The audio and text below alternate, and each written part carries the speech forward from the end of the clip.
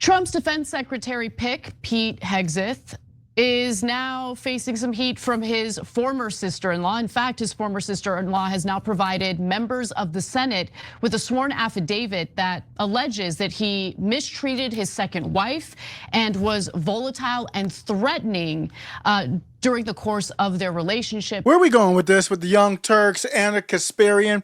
Am I pronouncing her name wrong? People are telling me for some reason I'm pronouncing her name wrong. Kasparian, right? And Cenk Uygur. We're back with them again, and I've got the best video curator helping me find these clips here. And what she said was, I would frame this as Ana and Cenk begged the left to return by making false arguments. She's got bars, man. I don't have anything better to lead in than that. They are in, I will add on to that, Cenk and Ana, they are in no man's land. They are in no woman's land. The worst place to be. Let's get back to Young Turks, Ana Kasparian, Cenk Uygur. They're talking about Pete Hegseth, and they don't know what to talk about. So it's very similar to other allegations that we've heard about Pete Hegseth. It's similar to the email that Pete Hegseth's own mother had written to him in regard to the way he treats women. But here's what you need to know based on the latest update to this story. So the affidavit was written by a woman by the name of Danielle Hegseth. She is the sister of Pete's second wife, Samantha Hegseth. Now you might be wondering why does she have the same last name as them? Like, what's going on? Well, it turns out she actually married Pete Hegseth's brother and has since divorced. Now, the reason why, now Pete and Samantha were married for 8 years between 2010 and 2018, and they have 3 children together. Now, in the affidavit, Danielle claims that Pete Hegseth passed out on multiple occasions from drinking too much, from alcohol abuse. On Christmas Day, she provides that as an example. It was either in 2000 or 2009, according to the affidavit, where he drank so much that he threw up and passed out. I'm gonna go ahead and give him a pass on that. It's Christmas, people overdo it. So what are we doing? Like, what are we talking about? Where are we going, Ana? I'm just kind of imagining we're sitting down talking, and Anna's talking about, oh, he got drunk and this happened and that happened. Where are we going with this? There's a lot of he said, she said. And so what? He's a drunk or he drinks. Half of Congress is drunk and drink. We need a bigger, here's my feedback for you, Ana and Cenk. We need from you more sophisticated takes. We need takes from you that look at these stories, and if you want to kind of get out of this leftist space, you've got to get out of the emotional space and get into what does it mean. Let's get back to Ana Kasparian. It's not the end of the world, but the allegations get a lot more serious. She also claims that he drank too much and passed out in the bathroom of a Minneapolis bar in 2013. But let's get to the more serious allegations. So per the affidavit, Samantha once told Danielle that she hid from Pete Hegseth, her husband at the time, out of fear for her safety. So she says this to her sister somewhere in either 2014 or 2016. Samantha also created a code word to use in case she needed a relative to come and help her because of Pete Hegseth's behavior. She sent that code to Danielle in either 2015 or 2016. So while Danielle states that she never saw Pete Hegseth emotionally or physically abuse Samantha firsthand. I'm not saying, I don't know what happened. I'm not saying one thing happened or another. It's here we go again with leftists pretending to be righteous. We had a president for the last 4 years that literally had an allegation from a diary that was one of the ugliest allegations we've ever heard of on a president from his own family member. And nothing, not a peep. And you can go and say that his family member said, oh, there was nothing to it. Well, Pete Hegseth's family member said the same thing. Samantha Hegseth, Pete's ex-wife, told NBC News in an email that she did not believe the information to be accurate and declined to speak about her marriage to Hegseth. So that's an awkward statement, but it's the same thing as Biden. I say there were showers. What happened? That's ugh. And they say, well, there was nothing there. The FBI raided. Remember, they raided James O'Keefe. They raided the 2 people that had it. And the daughter says there's nothing to it. Pete Hegseth gets nominated, and there's allegations, and the wife says there's nothing to it. Even if you look at some of these allegations where there is a he said, she said with Pete Hegseth, how am I supposed to know? I'll give you a bigger takeaway after we get back to this. I'm just showing you how I'm fine with bringing up the news. It's news, but let's listen to how they frame it. She says that she herself was once emotionally abused by him. So let's get to the details on that, as reported by the Wall Street Journal. So she said he drunkenly yelled in her face in 2009 after she walked out of a room when he was telling a story that she had a racial, that said had a racial slant.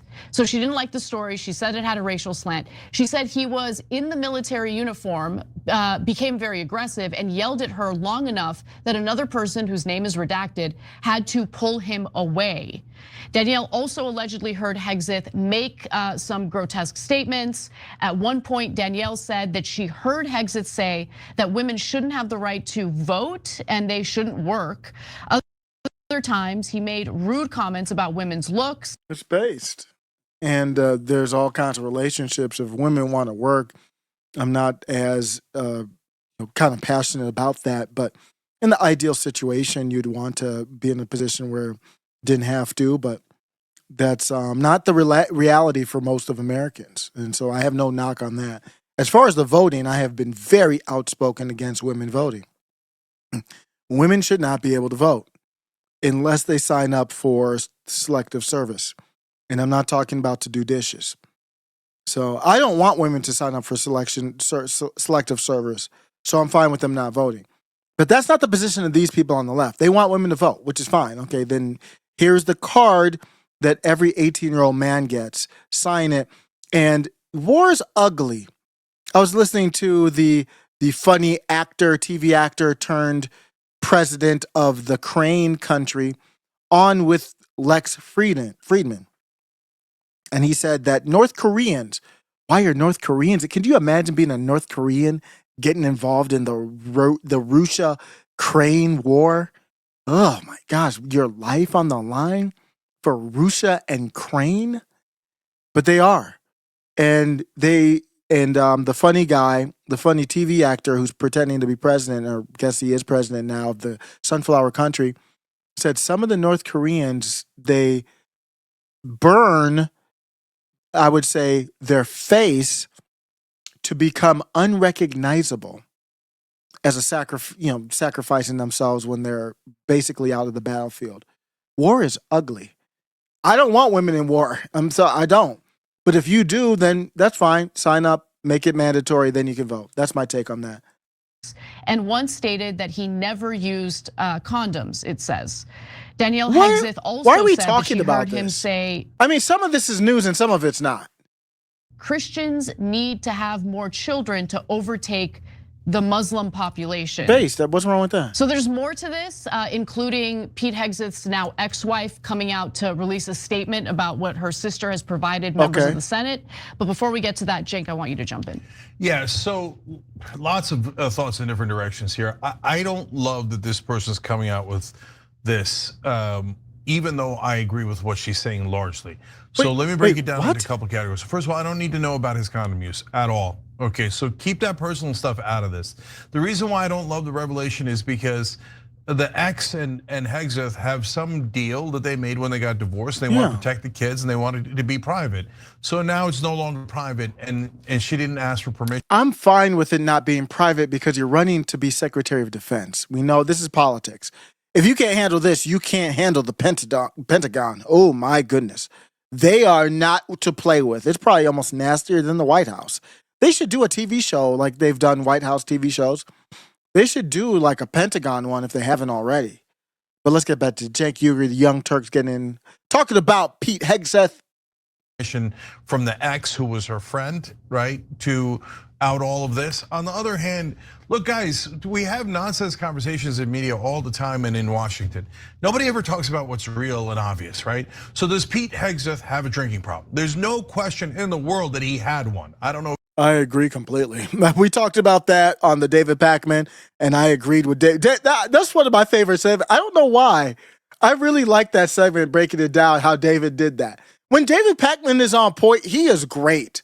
But he's just most of the time just a sniveling, his takes are so weird and off. I mean, he's more unbased than, I just made up a word. He's more unbased than Destiny. But that take was fire when he said, yeah, you basically admitted you're in the bottle. I agree with that. And what? So what? And I nominated him for Secretary of Defense. Go ahead. I won the 2024 election. Trump would say that. Make sure that vote comes in for nominee. It's continuing, but he had a serious drinking problem, according to almost everybody who's commented on it, right? Right. So to pretend that he didn't have one is absurd. It's totally absurd. And every Republican out there is pretending he didn't have one when it's obviously okay. Does he have sexist and misogyny issues? Well, I would believe that. I don't know. I would believe some of that. Yeah. I'm sure that if you're a right winger, you'll say no. There's a lot. No, I'm not gonna say that. Some of it's based too. I don't know. It's not disqualifying for me. What's disqualifying for me is his love of matzah, his love of another country. That's what should be qualifying. None of this stuff.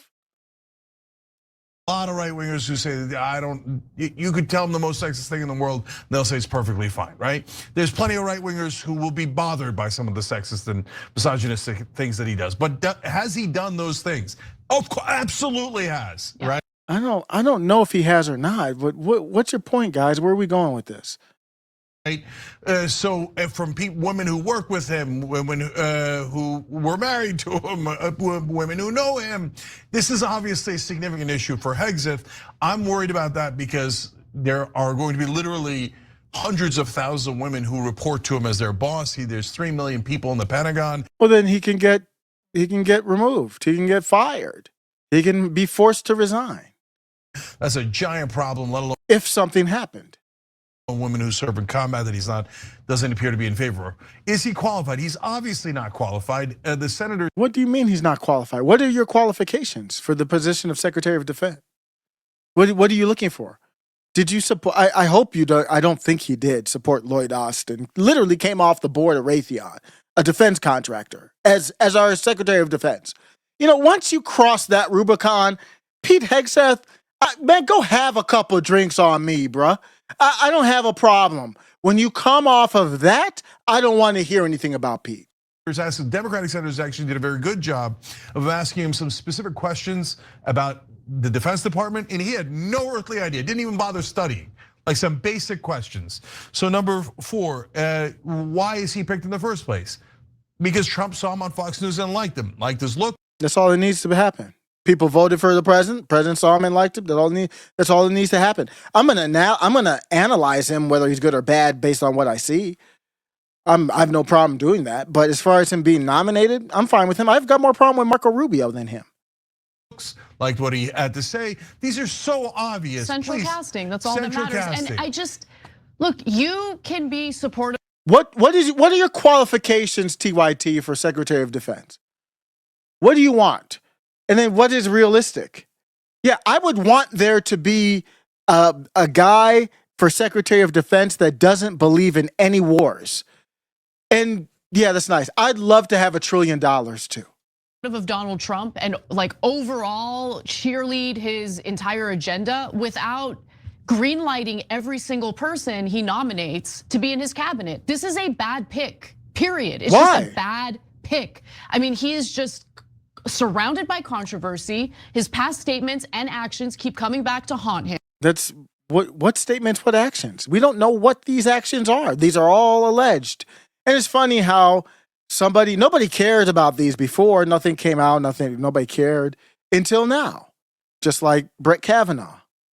I feel terrible for his ex-wife because I totally agree with you, Cenk. It is clear to me that as part of their divorce, they signed a deal, that all these, nasty details wouldn't come out to the public because they have 3 kids. It's really damaging to kids when they hear about these things. And so I just think this is hard on his family, hard on his kids, okay? It's terrible. I don't care about that. He doesn't have to be he could turn down the nomination. I'm not here to talk about it being hard on his family. I'm saying that there's nothing here that's disqualifying, for me at least. Coming off the board of Raytheon, that's disqualifying. For me, I wouldn't hire somebody who basically is adherent to that other country, but everybody is. So I can't even use that for this. So keeping in mind, every single person that's involved with Donald Trump will fly the blue and white flag. Then I see no problems once you ignore that small little thing.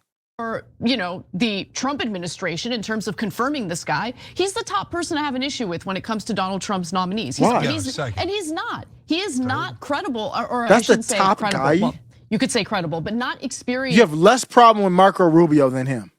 Wow. For this incredibly important role. This is defense secretary. Okay, we're not talking about some small rinky-dink ambassador of some. Okay, here's my takeaway with this is, I don't know, I've been going back and forth on Ana and Cenk, and I just don't know where they're going. I saw Ana on Piers Morgan, and she didn't talk about any leftist points. She sounded very weak and soft, and it was like, what's the point of having her on there? Once you get past I left the left and you actually talk about issues, she's not bringing anything to the table on the kind of the right platforms. And then we go to her platform. What is she bringing to the table in this conversation? Same with Cenk. What are you bringing to the table here?